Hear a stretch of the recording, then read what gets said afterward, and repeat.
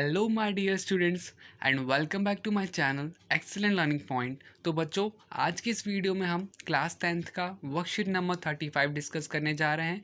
क्या है बच्चों, आज हिंदी में अट नहीं रही। बच्चों, ये जो भावार्थ है, आपका पूरा जो पदांश है, गद्यांश है, ये पूरा का पूरा इस चैप्टर में से अट नहीं रही। तो क्या है भावार्थ, तो थोड़ा सा पढ़ते हैं बच्चों। तो लिखा हुआ है, प्रस्तुत पंक्तियों में कवि ने फागुन माह के आने वाली वसंत ऋतु का वर्णन बहुत ही खूबसूरत ढंग से किया है। तो जो वसंत ऋतु आती है तो उनके बारे में बच्चों उन्होंने कुछ अपने शब्दों में काफ़ी सुंदर तरीके से इसके बारे में कहा है। कवि क्या कहते हैं बच्चों, तो लिखा हुआ है, कवि कहते हैं कि फागुन की आभा इतनी अधिक है कि वह प्रकृति में समा नहीं पा रही। फागुन माह में ऐसा लगता है मानो प्रकृति एक बार फिर दुल्हन की तरह सज धज कर तैयार होकर आ गई है, क्योंकि वसंत ऋतु के आगमन से सभी पेड़ पौधे नई नई कोमल की पत्तियां व रंग बिरंगे फूलों से लदे जाते हैं। और जब जब भी हवा चलती है तो सारा वातावरण उन फूलों की भीनी खुशबू में महक उठता है। तो देख रहे हो बच्चों, किस खूबसूरत ढंग से कवि वसंत ऋतु के आने की बात बता रहे हैं यहाँ पर। उस समय ऐसा लगता है मानो फागुन खुद सांस ले रहा हो और वातावरण को महका रहा हो। तो बच्चों, ये हो गया फर्स्ट आपका पैरा। सेकंड है बच्चों, कवि कहते हैं कि कभी ऐसा एहसास होता है जैसे तुम फागुन माह आसमान से उड़ने के लिए अपने पंख फड़फड़ा रहे हो। कभी वसंत ऋतु की उस सुंदरता पर मोहित है, इसलिए वह कहते हैं कि मैं अपनी आंखें हटाना तो चाहता हूँ, पर मेरी आंखें हट नहीं रही। यहाँ फागुन माह का मानवीकरण किया गया। वसंत ऋतु के सभी पेड़ पौधों में नए नए कोमल पत्ते निकल आते हैं और डाली डाली रंग बिरंगे फूलों में लद जाती है। कभी उस समय की कल्पना करते हुए कहते हैं कि ऐसा लग रहा है मानो प्रकृति ने अपने गले में रंग बिरंगी भीनी खुशबू वाली सुंदर सी माला पहन ली हो। तो बच्चों, आप देख रहे हो ना, पूरे के पूरे पैराग्राफ में सिर्फ और सिर्फ वसंत ऋतु के आगमन पे कुछ खूबसूरत ढंग से कवि ने अपने शब्दों में पूरा बयां किया यहाँ पर। ठीक है, कवि के अनुसार प्रकृति के कण कण में इतनी सुंदरता बिखरी पड़ी है कि अब वह धरा में समा नहीं पा रही। मतलब कि इतनी सुंदरता है कि वह अब धरा में समा नहीं पा रही। यहाँ भी मानवीकरण किया गया। तो बच्चों, यही था पूरा कविता आपका। ठीक है, कविता का मैंने पूरा बच्चों आपको मैंने एक भावार्थ पूरा पढ़ दिया। ये छोटी सी कविता है, आपको कविता यहाँ पे आपको सही से पढ़ना है।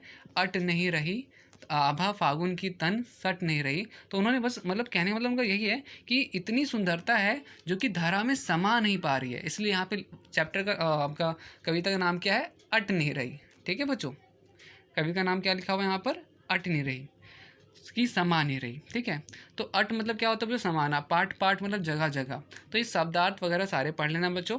तो बिना किसी टाइम वेस्ट किए बच्चों क्वेश्चन आंसर पढ़ते हैं। क्वेश्चन आंसर क्या है जरा देखो बच्चों।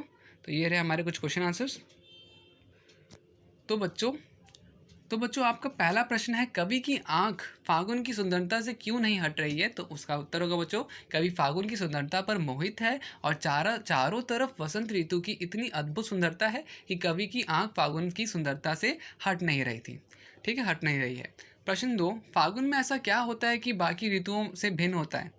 तो बच्चों यहाँ पर क्या होगा, हर ऋतुओं की अपनी विशेषता होती है, लेकिन फागुन शायद अन्य सब ऋतुओं से अलग है।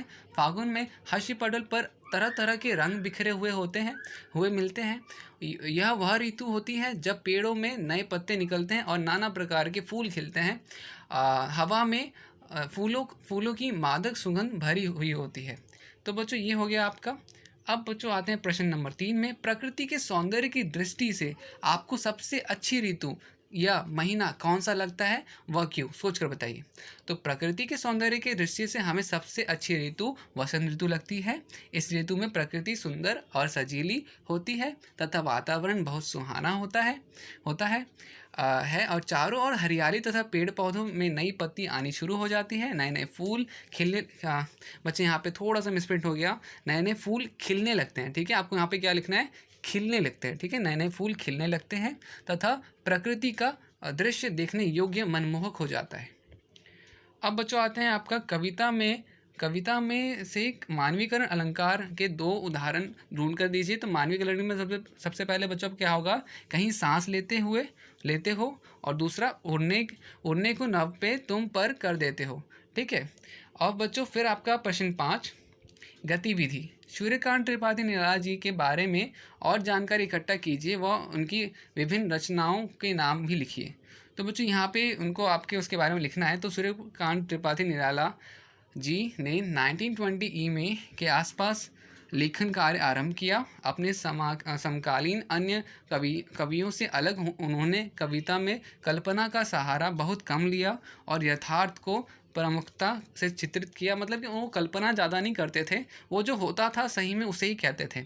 वह हिंदी में मुक्त छंद के प्रवर्तक भी माने जाते थे। कविता के अतिरिक्त कथा साहित्य तथा गद्य की अन्य विधाओं में भी निराला जी ने लिखा है। निराला जी की कुछ रचनाएं इस प्रकार है: जन्मभूमि, ठीक है, जूही की कली, परिमल, सरोज स्मृति, बादल राग, अप्सरा, छोटी की पकड़ और आपका बेला, इंदुलेखा, काले कारनामे तथा राग विराग आदि।